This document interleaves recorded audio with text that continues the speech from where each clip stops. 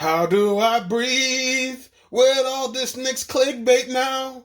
How do I see when the Knicks get mistreated now? Where will we go when I see all this fake news now? When you're not with me, how will we sleep? How will we eat? Ladies and gentlemen, I'm here with some more Knicks for Clicks banter. Now, last video I gave you was about how Hoop Central wanted to tweet out some garbage. The Los Angeles Lakers won more playoff games in September than the New York Knicks this century. Now listen, is it true? I don't know, but this video will decide whether it's true or not. But right now, as you can see, I have this article. Let's move past this guy right here. We don't need to see that little foo-foo guy. Now you see the title, and we're gonna read this article, and we're gonna realize and evaluate why is there so much animosity between these geeks who write these articles and the New York Knicks. So without further ado, let's read together as a family, as a unit, as a squad. You, me, and the rest of the 127 subscribers. So let's read it. It's been a while since the New York Knicks were relevant or a contending team. Well, that's false. That's the first lie. The Knicks are always relevant. We're the most valuable franchise in the league. Okay? You didn't make this article if we're not relevant. You know what irrelevancy is? It's the Sacramento Kings. The Sacramento Kings are irrelevant because you're not going to make an article like this. But when you come out here and you talk about how the Knicks are not relevant, but yet you post an article about how the Los Angeles Lakers have won more playoff games than the Knicks, you're already proven that the Lakers and Knicks are relevant. So all these people who talk about how the Knicks are not relevant, you talk about the Knicks the most. You know what I'm saying? It'd be like if I put out a video that said the Knicks are not relevant. Well, people would look at me silly. Well, if they're not relevant, then why do you have videos of them constantly? So this is a lie. So you start off your article with a lie. So whoever wrote this, let's go back to whoever wrote this. Ernesto Cova is a liar. Now let's see if he redeems himself. It seems like it's always been the same old story with them. Fans rave about potential top-tier free agents, and they end up overpaying players who aren't worthy of that much money. Well, I like what we have right now. I don't think we overpay for anybody on this roster. I mean, you could say Julius Randle, but Julius Randle is not given the max. He's given a 2-year, 3-year deal. I'm pretty happy. Bobby Portis is on a good deal. I think for the first time in a while, the Knicks have actually not overpaid for somebody and just settled down. So again, it's just rhetoric. It's just anti-Knicks rhetoric, just like there's anti-Trump rhetoric. Let's continue. Last summer, they were reportedly the front runners to land both Kyrie and Kevin Durant. Okay. While also having the highest odds to land Zion Williamson with the first overall pick. But we were tied with two other teams. But I get what you mean. It's convenient to say we have the highest odds, but the worst 3 teams are tied with the best odds. That's how the draft lottery has worked for the last couple of years, but it's all right. Okay, so fast forward to today, and they ended up with R.J. Barrett, good pick, Julius Randle, nice deal, and Bob Portis, not a bad deal. Not a bad deal. Besides their bad luck, it seems like the Knicks just haven't been managed well over the past 2 decades. Well, that's always the counterattack to whenever the Knicks whenever people want to criticize the Knicks. Oh, it's the owner.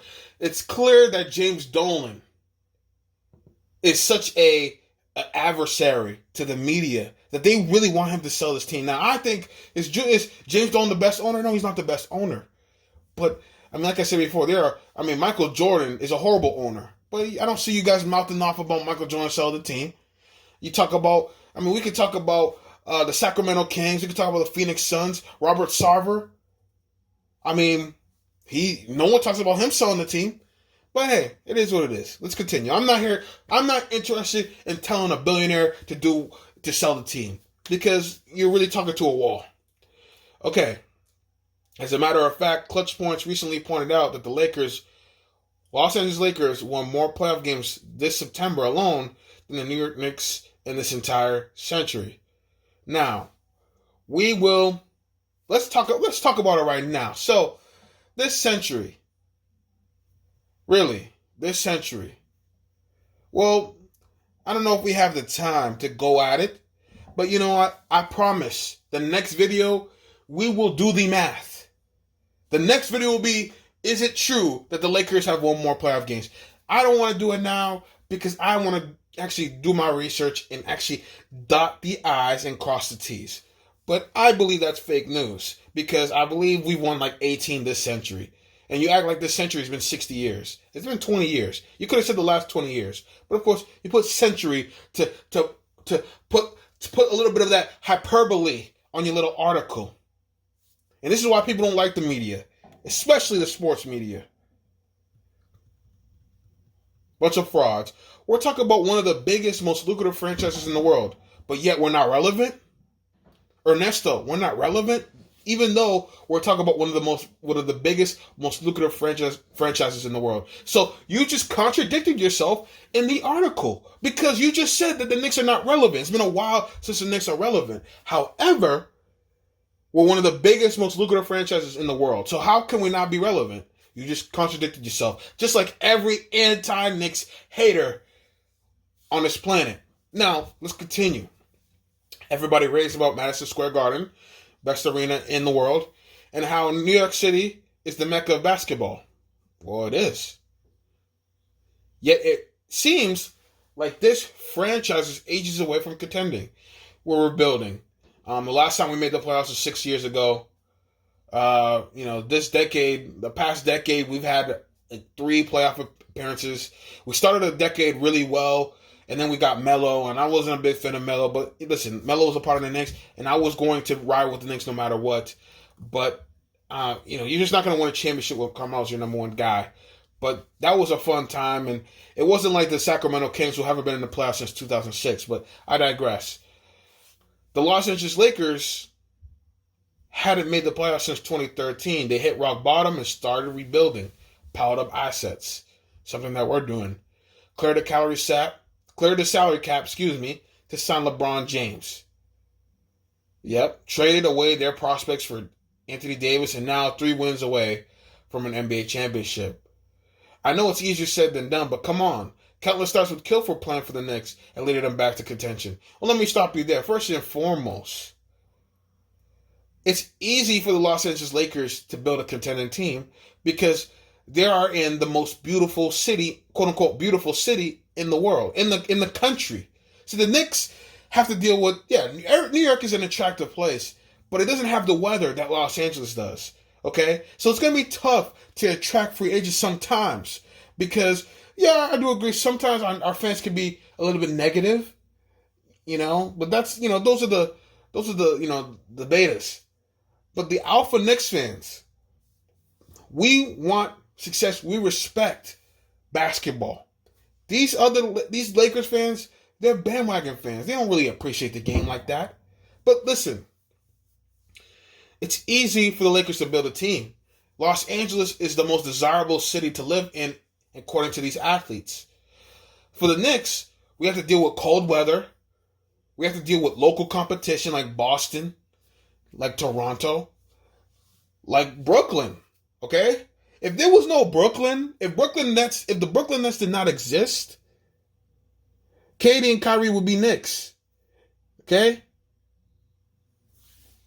But hey, it is what it is. Okay? No sour grapes here, but that's just the case. Let's continue here. And by the way, LeBron James was always going to go to the Lakers. Always going to go to the Lakers. I know it's easier said. He's got movie deals. He's got stuff to do with those talking heads, those corporate officials down in Hollywood, if you know what I'm saying. Blink blink. He's got things to do. This society's not done with LeBron James. Well, let's continue here. I know it's easier said than done, but come on, kind of starts with Kill. I agree. Leading them back to contention. There's no reason to think they couldn't go through a similar path in little to no time. But the team's management and ownership must get their act together right now. So that's really the crux of this article. It's just you're just mad at James Dolan for not being Peter Holt. You're just mad at James Dolan that he's not the owner for Miami. You're just mad at James Dolan because he's not a brilliant basketball mind. You're just mad at James Dolan because he probably won't sell the team. Petty. So this started with clutch points. Ouch. The Lakers won 9 playoff games in September. Knicks won 7 this century. It's funny how they don't mention the Kings. The Kings have won, let me see. I know it's not a lot of playoff games this century, but hey, or the Suns, but hey, I understand. Well, the Suns did go far in the 2000s, but hey, it's easy to crap on the Knicks. I mean, no one talks about the Charlotte Hornets, but it's okay.